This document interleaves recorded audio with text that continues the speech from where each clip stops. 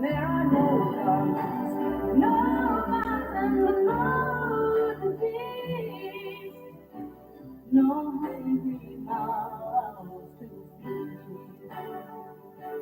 From a distance, with our instruments, marching in a common land, playing songs of hope, playing songs of peace. They're the song of every man. God is watching us. God is watching us. God is watching us from a distance.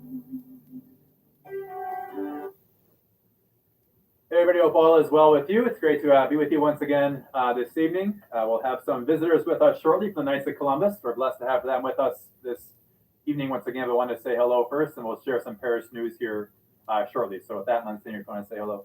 Good evening, everyone, and we're delighted to have the Knights of Columbus with us. We feel protected this evening, but it's been quite a weekend, Father. You know, we were talking right before this began, and to think of all the things. Now, Father Meyer, this weekend, he resided, or I think it was 6 of the 7 sacraments you celebrated. Yeah, and it was beautiful. They had baptisms, confirmation, we had Mass and the Holy Eucharist, you anointed the sick, and he had a wedding too. So what more could you do? And then he had, besides that, different Masses, we had the parking lot Mass, and that was full. And the Knights are such a part of that, and it was a glorious day, and so quite a weekend. So that's why we brought the Knights this evening, to thank them in a way, but then to have them have the opportunity to tell our people what a great organization it is, and how wonderful it is to be a part of it. It's part of the parish. They do so much for the parish, and they do so much for the church. And they're very faithful and dedicated men. And we look forward to having the opportunity to just have them tell us a little more about what they do. So we want to thank them for coming. Definitely, yeah. Yeah, so again, we'll have the Knights join us here shortly. Want to share some parish news first, and yeah, it was a wonderful weekend, a busy weekend, but a great weekend, and great to celebrate those sacraments with all of you, and congratulations to those who were confirmed on Sunday in a special way. We'll have more of those up ahead here in the weeks ahead, and yeah, it was wonderful to see the full parking lot. It's been just a joy in many ways for me personally to be out sitting in the parking lot Mass, and interesting experience, but a wonderful experience to be outside and just in the open air, and to receive the Eucharist, to celebrate Mass in that way. And again, special thanks in so many ways to the Knights of Columbus for helping that make it a possibility. And again, Tricia Manuel for all of her work behind the scenes to organize that, spearhead that, and get things set up in that way. So with that, I want to jump into the latest updates in the parish news for both parishes. The Columbarium project, another update in that way. Again, looks beautiful. The benches and the altar and pavers were all finished today, is my understanding. So check that out when you're driving by Highway 55, St. Timothy's Cemetery. Again, benches, altar, and the pavers were all finished today. The lighting is being prepped and will be finished on Thursday. That'd be tomorrow, of course. So the lighting is being prepped and will be finished on Thursday. We'll, again, still some more work to do with landscaping and tarring the road and these kind of things, but that is moving along very nicely. The stained glass windows project is St. Ignatius. We're looking at about 2 weeks from today to install the window in the crying room. Again, that'll be Jesus talking to the children. Very obviously fitting image for that area. Should be a beautiful window. Looking forward to seeing that. And again, thanks so much to the generosity of the people at St. Ignatius and beyond for supporting that project. Looking forward to seeing that window in the crying room within about 2 weeks over at St. Ignatius. Speaking of St. Ignatius and the sacraments, First Communion will be there this Sunday, the first Communion Mass at 3:00 p.m. on Sunday. So please pray for the First Communicants from St. Ignatius making their First Communion this Sunday at St. Ignatius. St. Timothy's, the new sound system we talked about. We've been tweaking it throughout the year with the capital campaign. Your generosity in that way is one of the priorities you mentioned. As I mentioned last time, we're going to do a much more extensive overhaul the first week of August, adding a whole new soundboard, new speakers. That will all happen the first week in August. We won't be able to use the sound system at all during the daily masses that week. That is the week of August 2nd, I believe it is, but the first week in August. Again, look forward to having the new sound system in place. Again, thanks to your generosity and support for the capital campaign in that way. Reminder about the golf tournament, support St. Timothy's School.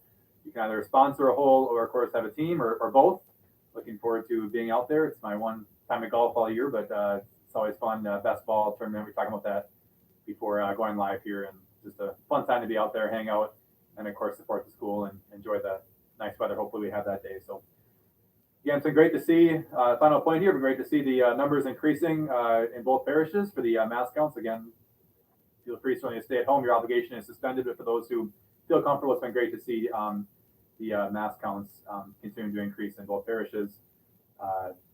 So just wanted to point that out as well. So it's been great to see many of you at church. But again, obviously for those who are vulnerable in any way or just don't feel comfortable, by all means, we have live stream. It's important to note, we have live stream restart at St. Ignatius this last Sunday at the 8:30 Mass, and we'll continue that at St. Ignatius. Again, the 8:30 Mass at St. Ignatius will continue to be live streamed in the weeks ahead for the foreseeable future. So we hope to get that going again at St. Timothy's. Stay tuned that way, but right now we do not have that up and running yet at St. Timothy's. So you just check in before you invite the nights in. Any final thoughts? No, except to say there's a lot of excitement around this parish, and there's not a day goes by that there's not something new. And so Father Meyer, he's had this full weekend this weekend, and I think the next is going to be just as full. So that's good. It's good to keep young priests moving. You know what I mean? And so, Father, we're happy that you can do that. So that will invite the Knights of Columbus in here. We have John Northenskold. He is the Grand Knight, Knights of Columbus, and Nick Stye, who is a Deputy Grand Knight. And I will once again be playing cameraman, so to speak, and we'll welcome them here to the studio, so to speak. So, thank you. Yeah. So, John, I'm going to say a little bit about yourself and how you got involved in Knights of Columbus and what your story is there. So, well, I wasn't born here in Maple Lake, but came here when I was about 13 years old, and then lived here for basically the rest of my life. A short time after we were married, my wife Linda, a Kunkel, she was born here. And so this has been our home parish since, 1980s. So it's been a great time to be here. And I joined the Knights basically because I saw so many men who were at Mass, those who went to daily Mass, and those who helped out around the parish, and they were all Knights. So I said, there must be something about that. So that's when I decided to join many years ago. Great. That was for me. I saw the service that they were doing and their families, and I appreciated all that they had to contribute to the parish. Wonderful. How about you, Nick? You want to say hello and what your story is with the Knights? Yeah, my story is a little different than his. It's somewhat similar. I didn't grow up in Maple Lake. I'm from Hutchinson and then moved to Maple Lake. And then I met my wife, Andrea McBrady. I met her, and then we got married, and then I became a Catholic at that point in time. But it wasn't until I actually read about the Knights and what they do that made me want to become a Knight. So it wasn't the community, the local community. It wasn't all the wonderful things that they do at the community level. It was more at the larger level that really drew me into the Catholic Knights or the Knights of Columbus. The biggest thing was that the pilgrimage to Lourdes. So they sponsor a trip for veterans that are wounded spiritually or physically, and then need that healing. And then they support and sponsor that pilgrimage to Lourdes, where they go over there and then they become, they do a lot of different masses and say masses. They do the pilgrimage to Lourdes, and then it's just a great experience for a lot of people, a lot of warriors that are injured and need that help. So that's what really drew me in. And then obviously after I was in, it was such a great experience to be with all the wonderful males and having that camaraderie that we have within the Knights that I see that we have with the military as well. So it's just been a great experience overall. And maybe for those who don't know what the Knights of Columbus are, maybe there's somebody watching it has no idea who the Knights are. Can you just share a little bit about the Knights, their history, what they do, their background, how they got started? I started back in about 1881 with Father Michael J. McGivney. Now he's venerable and soon to be beatified. And he started that in Connecticut when he saw a great need among mostly the Irish Catholics who were employed in very dangerous jobs. And as the sole breadwinner, they would get injured. And because their jobs were so dangerous, they really couldn't get insurance. They were a bad risk. And so those families went into poverty as soon as the breadwinner would die. And so his need was, he saw two things that he needed. They needed support in case the breadwinner dies, and also spiritual support for the men, because at that time there was a very big movement, anti-Catholic movement in the country, nativistic sort of origin, and it was anti-Catholic, and it was drawing men away from the faith. And so he wanted them to be revitalized in their faith and support each other through fraternity and organization. And that's why the Knights were founded. And here locally, we're about 75 years old, our council here at St. Timothy's. And we are, St. Ignatius and St. Timothy's are joined together under one title. We had a pastor at that time, Father O'Brien, at both parishes. And so our technical name is Fathers, plural, O'Brien Council. It was kind of an amazing thing, but we have 174 members between the two parishes that we serve. I like that. My mother's an O'Brien, so we're probably distant cousins, but I'm delighted to hear that. That's good. So I know a lot of people maybe experience the Knights most, well, they certainly see them, of course, in the parish and all the wonderful work in the community, but also they see them at Mass with the uniforms. All right. You want to just maybe mention, like, what's the story behind the uniforms, or Well, the with the hats Yeah. and the swords and everything, Yeah. it's a they're there to attract attention. It's a publicity part of the Knights of Columbus. The uniform is, and so it is very recognizable, no doubt about that. But it also is a ceremonial opportunity for us to serve the parish and to serve the diocese in whatever way that the pastor or the bishop decides. And one of those was to add some solemnity to an event or an occasion that the church is putting on. And of course, we just recently, if you've noticed, changed that uniform, or the ceremonial uniform that the honor guard wears. It's now more of a blue blazer and a beret rather than the big feathery hat. So some people don't like the change and some do, but it is not a change in our commitment to supporting the church and supporting our bishops. Yeah, and it's as you say, it's a kind of an honor guard for the bishop Yep. when he's there, and it adds solemnity to those processions, especially 40-hour processions here, or the Corpus Christi procession. So it's a great thing, and it shows the dedication of these men, and it's an opportunity for them to be there in sight of everyone, and it's also a commitment to your faith.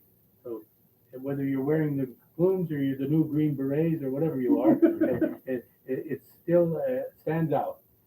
Yeah, it is, and it's a the men who do serve on that, and I'm not a fourth degree member, but we have many in our council who are and are in honor degrees, honor guards, and they love doing that. It gets them into events and opportunities that they maybe wouldn't normally get to. When visiting clergy come, and we have a lot of bishops or a cardinal that comes, it seems like the Knights of Columbus are there to greet them and to serve as a function in an event to bring solemnity to it. It also has something to do with patriotism too. That's one of our elements of our 4 degrees. We have 4 degrees basically. We have charity, fraternity, unity, and patriotism. And there's a teaching element that goes with each one of those that we learn as a knight that sticks with us. And they've revamped those a little bit, making it easier for men to join now. We don't have those anymore. The first 3 are combined into one joining program, you might say, and it's done on video in these days of COVID-19. If you go to an online, want to hold that up, Nick? And if you go to this site, kofc.org, there is a place where it says join. And you can also get information there about the Knights of Columbus, but you can also get, it'll tell you how to join. And when they ask for the council number, it's 3613. And it's very easy. It's about a half-hour program. And when you get done watching that half-hour program and praying along with the prayers that are offered, you're a full-fledged Knight of Columbus, and you can come to our events. And Father Meyer, you're a knight, I believe. I am, yes. So we're well knighted here this evening. Well, that's good. That's great. That's great. Yeah. So other people might, their experience with Knights of Columbus might be mainly just, they see them in the ceremonies we talked about with the uniforms on. They see them, maybe they know about the insurance side of things, but obviously the Knights of Columbus do so much, as we talked about at the beginning here, and for the parish, for the church, for this pilgrimage to Lourdes. I mean, there's so many things the Knights of Columbus do. It's an incredible organization. So maybe people aren't aware of just all the things the Knights of Columbus do, both here at St. Timothy's and beyond.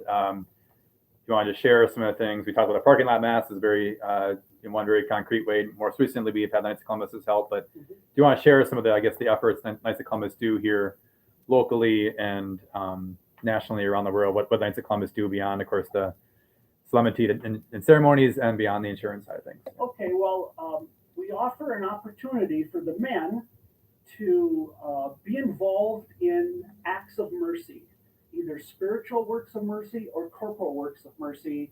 And we know that our Lord told us that without showing works of mercy, you won't get to heaven. So you must be merciful as your Heavenly Father is merciful. And like you said too in Matthew with the goats and the sheep, you must show mercy. And so what we do is offer men an opportunity through our organization and through their dues basically and their prayers in many areas, spiritual works of mercy and corporal works of mercy. Starting off with in January, we usually help out on the lake with the Take a Kid fishing, or you could jump in the water. That's good. As Nick did through the ice. That was fun. We do a citizenship essay contest at the school for the kids to write an essay on citizenship, and we promote it that way. We also do a pro-life essay that the kids at the school participate in, and we reward them for their success there. We help out with Share Your Christmas, St. Ignatius and St. Timothy's here with a sizable donation to help out the poor people in the community who are just struggling and trying to make a better Christmas by providing some presents for them. We do a ditch cleanup twice a year on Highway 55. A lot of these things that we do are labor related, not necessarily money, because we put in about 1,600 hours worth of work in the community every year, and we donate about $25,000 worth of donations helping out different ways. Of course, we help out with the parking lot mass. We support seminarians with our prayers and our donations. We help out at the school with repairing things that are broken over at the school, helping them to stretch their budget a little bit better. We cook and serve meals for the marathon that the St. Timothy School runs.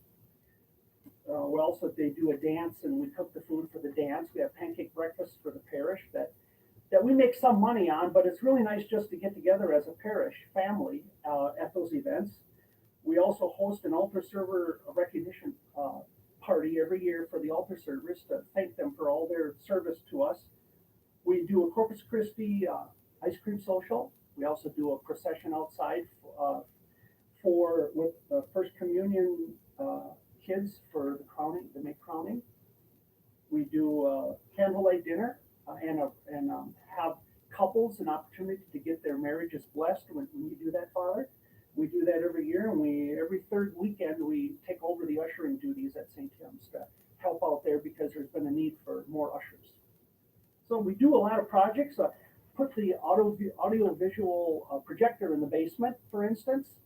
I know a few years ago, we purchased all the tents for the festival that we do in the fall. and we purchased the markers that go in front of the school and the church and all of our cemeteries to try to bring uniformity to all of our different places that we have. Smart. Yeah, there's a lot of stuff that we do, but basically, we're basically yes men. So whenever Father asks us something, our first answer is yes, and then we figure out how we're going to do it. Well, after listening to that, he has you saying yes half the day. You know? Well, we have 172 members, but there's probably, just like any organization, about 10% that do all the work. I shouldn't say all the work, but a lot of the work. It's important to be a knight for their family because every knight gets this Columbia magazine, which is awesome to have in your home. One, it's a spiritual combat against, like St. Michael was on the cover here, it's spiritual combat against anything that might be coming into your home. And I'm a big believer in sacramentals and the power of sacramentals. And so just having this presence in there does something. And the kids look at it, and there's always a good story on the back, a vocation story. It could be a sister, it could be a priest, it could be a married couple. And so it's very interesting. It's a great magazine. And that's great. And I second the motion. My time as rector of the seminary and my involvement in the seminary, I've seen so much of what the Knights of Columbus are doing and have done, both for seminarians and for the diocese and for parish.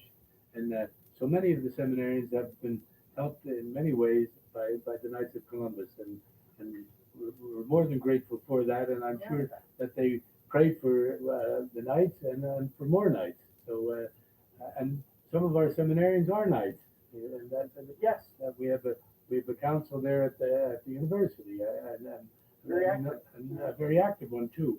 So we couldn't be more proud of the work you do, and we're glad that you're a part of this parish because it's such a lively one, and we like to have live wires like yourself. You know. I'm getting up there in age. It's people like Nick and the younger knights. We have quite a few knights now that are under 25 years old, and we have more coming in all the time. So that's a great thing. We need that. We need some young people in there to learn about being a father, learning about being a husband and a man. It's very rare to have an organization that's male only in this day and age, and it's really nice. You were talking about the fraternity that we have and the camaraderie that we get, and it's true. There are things that men do for other men that no one else can do. So it's great to have that kind of support. I feel it all the time. It's quite an honor and a privilege to be a Grand Knight because I feel coming up from all the other men support that I need for us to do what we do. When I can say yes to Father and know that there is a way for it to happen without having to first ask them. Well, and it's so good. I was talking to a good friend of mine who was a Grand Knight like yourself back in my home diocese in Allentown. And I was telling him it's too bad he wasn't here tonight. He could see the great things that are happening in this parish.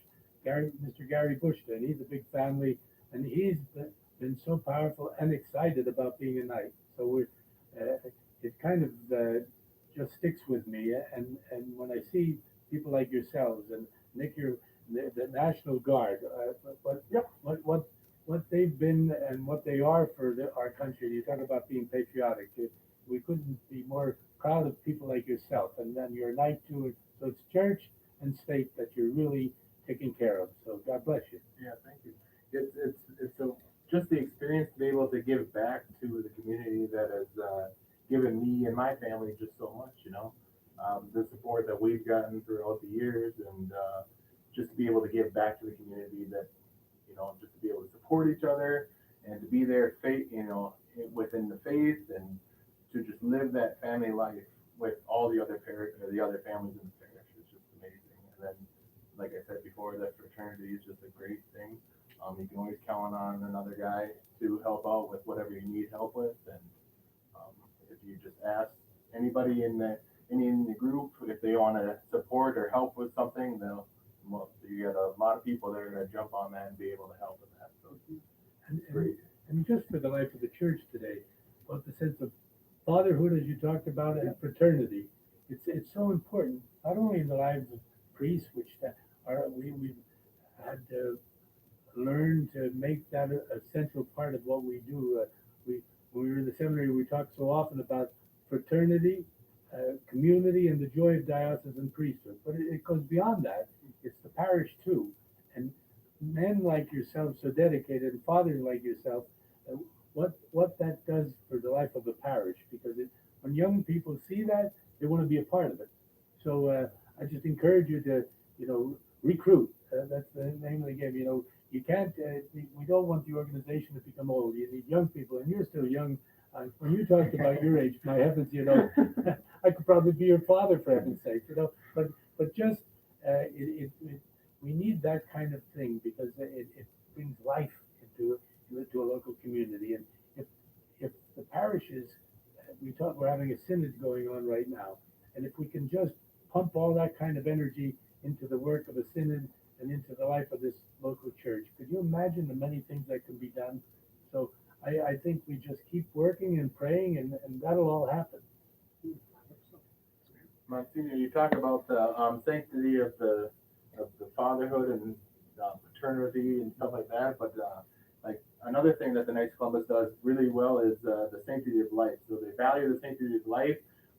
Last year they supported different family programs and communities with 1,000 ultrasounds to be able to give or provide families that are planning for their future the ability to be able to see their babies and to see the child that's developing within the womb. So it's just things like that that are just amazing.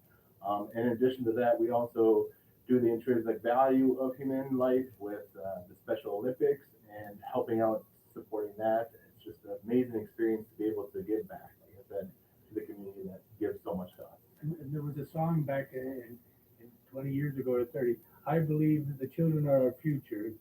Teach them well and let them lead the way. That was the beginning to the thing, and I think it's so important. And you teach by example and word, and then when they see you in love with the Lord and your faith, what that does for a young person, it kind of rubs off, and they admire you. The National Guard, they probably salute you every night. I would think, because, but having said that, it's just the kind of a thing that brings great joy and to a local community and gives it a purpose. And the purpose is to do the will of God and to come close to the Lord. But we do it in this way. This is how you bring people together. So thank you. You're welcome. Definitely. So yeah, you can see how blessed we are at St. Timothy and St. Ignatius, and obviously throughout the whole entire church at the Knights of Columbus and all the amazing work they do. And I think sometimes, of course, we maybe come to Mass and you wonder, well, obviously we want to help. We want to fight for the culture of life. We want to fight for the family. We want to fight for the faith and the Lord and what's good and right. And might wonder, what can I do?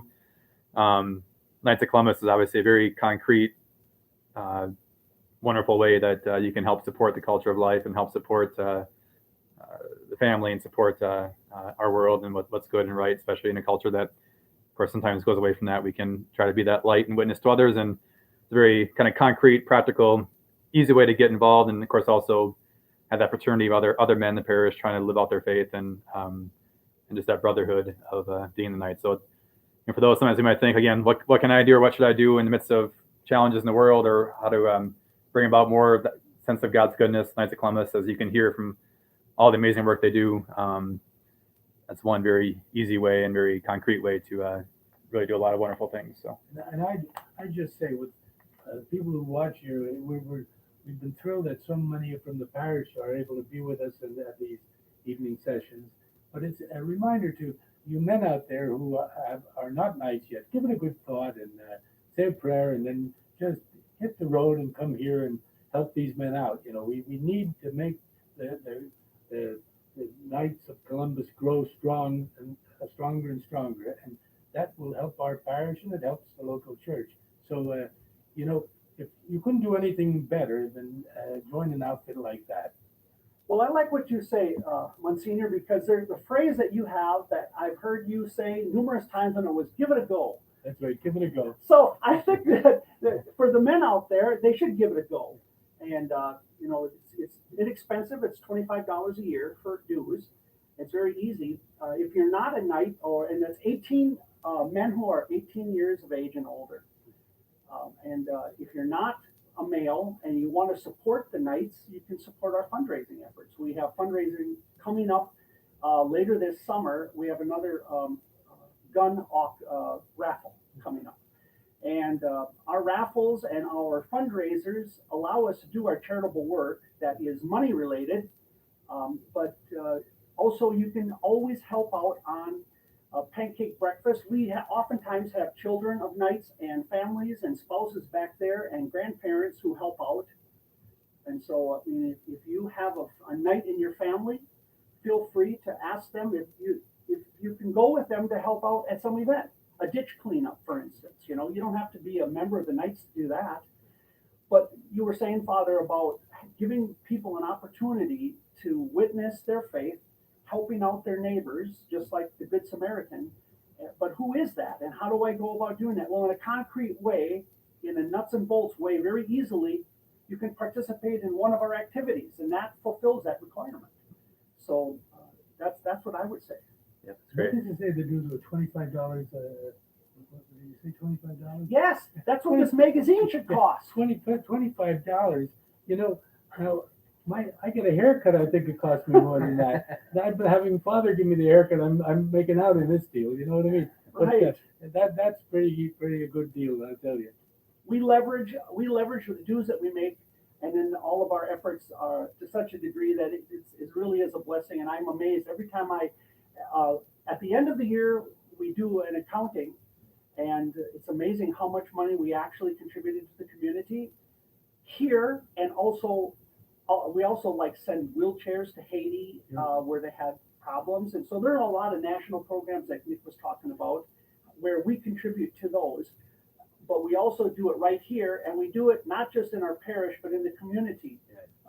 So we, donate. Like we just wrote out a check for $750 2 weeks ago for the food shelf in Annandale because we realized that they needed the money, and so that is everybody gets use of that. Great. I'm going to ask Nick here in a second to share what he would say to someone concerned being a Knight or why you should join the Knights to those who might be watching. But I also just want to say I'm thinking about like the parking lot mass or all these efforts that John is speaking about here and Nick speaking about Knights of Columbus do. And again, just thinking about we couldn't have the parking lot mass if we didn't have people there to help the cars come in. We couldn't support the hungry in the food shelf if we didn't have the pancake breakfast. And again, just those very simple but very powerful, impactful ways, or these ultrasounds. Who knows the unborn children that have been saved because of the Knights of Columbus efforts and their fundraising, the dues, and all the support, and just those concrete ways that again, people, again, it's a very simple example, but parking lot mass. There's 157 people there last weekend, I believe, in the cars, and they were able to receive the Eucharist because of the Knights of Columbus being there to escort the cars in and out. And that's, again, obviously one very small, simple way, but it's a very important way, and just it multiplies it certainly with all these other efforts too. But with that, Nick, what would you say to someone considering being a Knight? Why should they be a Knight? The biggest thing, a lot of people that don't want to become Knights, it has to do with time and effort to put into it. So I get that some people don't think they have enough time to be able to contribute to the Knights of Columbus. But even he said we have over 170 members. You do 1-2 events a year, you're helping out. You're helping out your community. You're helping out the religious community as a whole. You're helping out the Catholic community. If you're a Catholic and you're a man, you should be a Knight. There's really no reason that you wouldn't be a Knight, other than you need to take your faith a little more serious. Like I needed to take my faith a little more serious a long time ago, and I did that, and I made that jump. You should be able to do that too, and I think that we will help you to become stronger in your faith, just like it has in the faith, everybody has with me, and it's just, I think everybody should be able to become a Knight and to help out the community and to get back to so many great people that do so much for us. So, thank you. And I want to thank you too, Nick.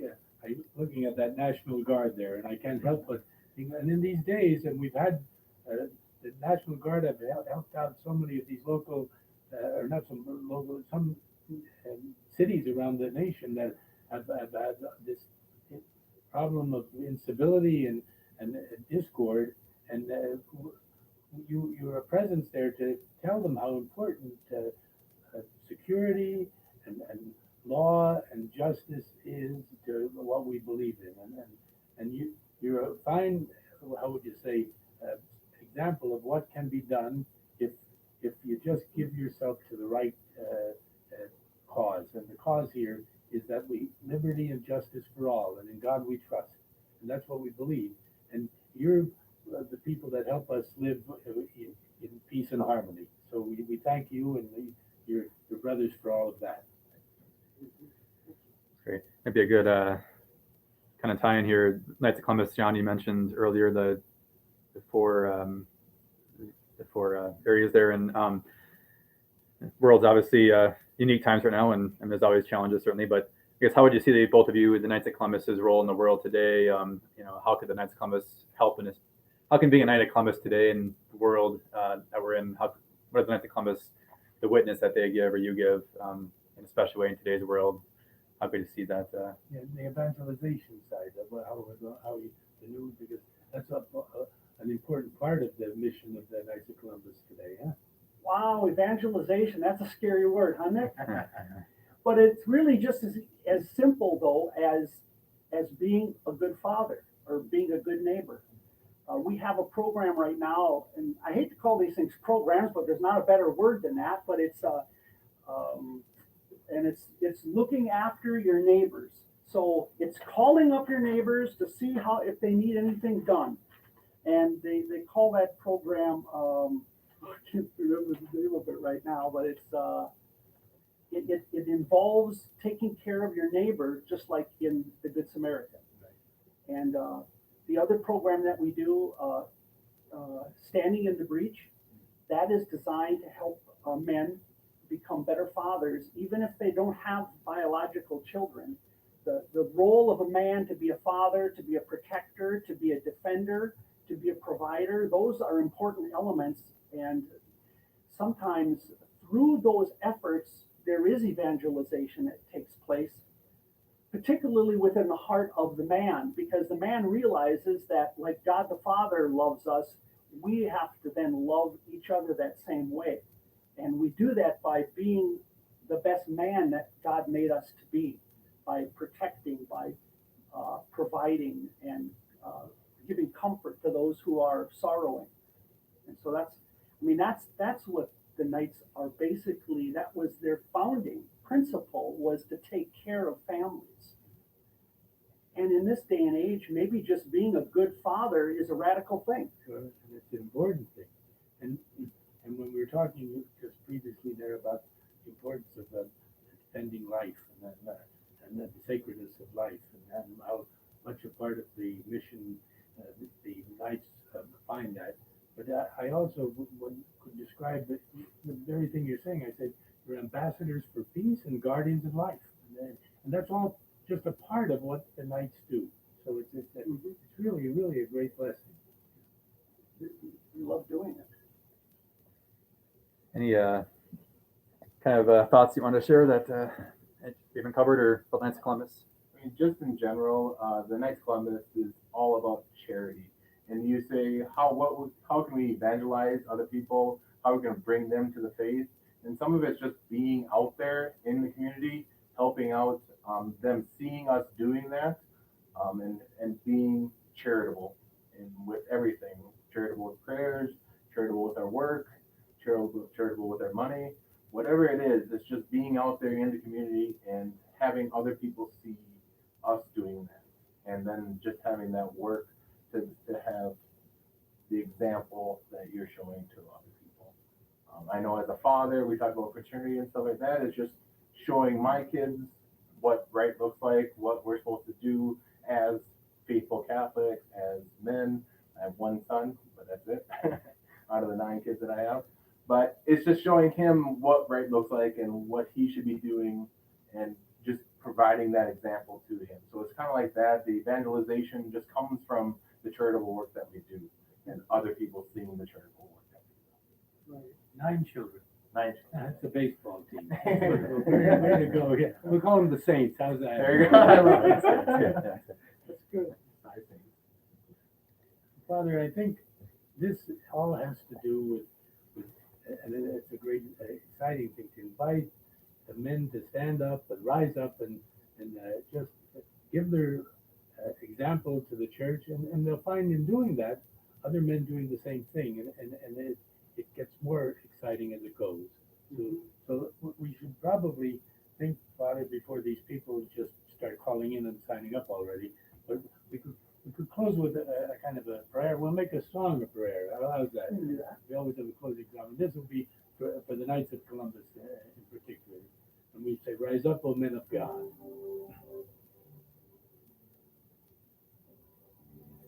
Rise up, O men of God, have done with lesser things. Give heart and soul and mind and strength to serve the King of Kings. Rise up, O men of God, His kingdom tarry long. Bring in the day of brotherhood and in the night of